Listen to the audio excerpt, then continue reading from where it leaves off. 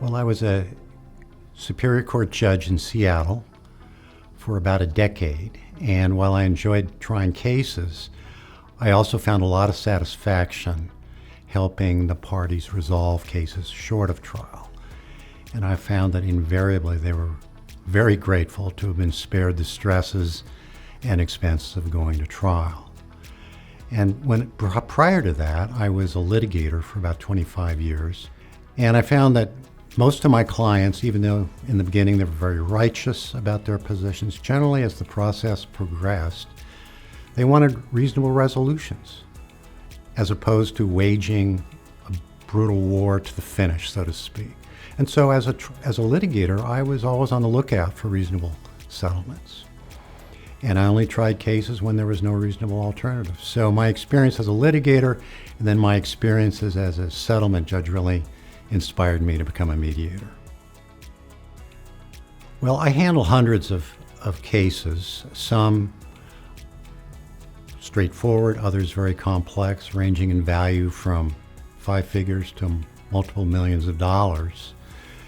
I was an employment lawyer when I was in private practice, and so I have expertise in that area, and people come to me for that kind of expertise. But as a trial judge, I became a generalist, and I handled a whole variety of civil cases: commercial, insurance, real estate, torts of all kinds.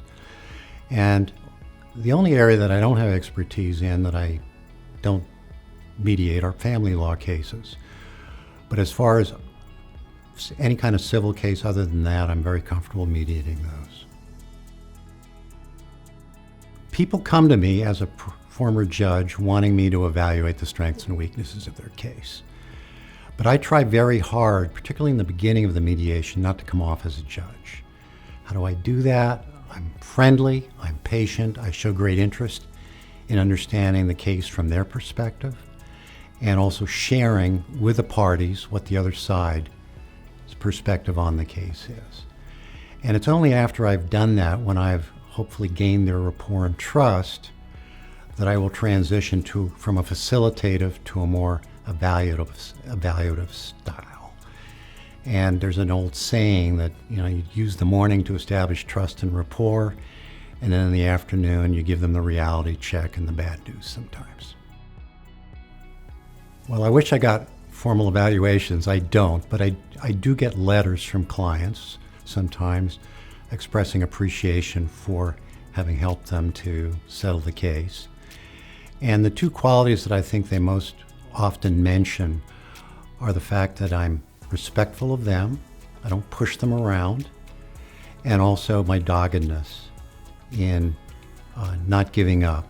And my approach is, if there's any glimmer of hope, I will keep going. And that's what clients want. I've been in a book group with close friends for 40 years. I'm also in a wine group. And I love doing sports. That includes golf, swimming, hiking, and cycling. And in addition to that, I have my family, including my 2.5-year-old granddaughter that I like spending time with.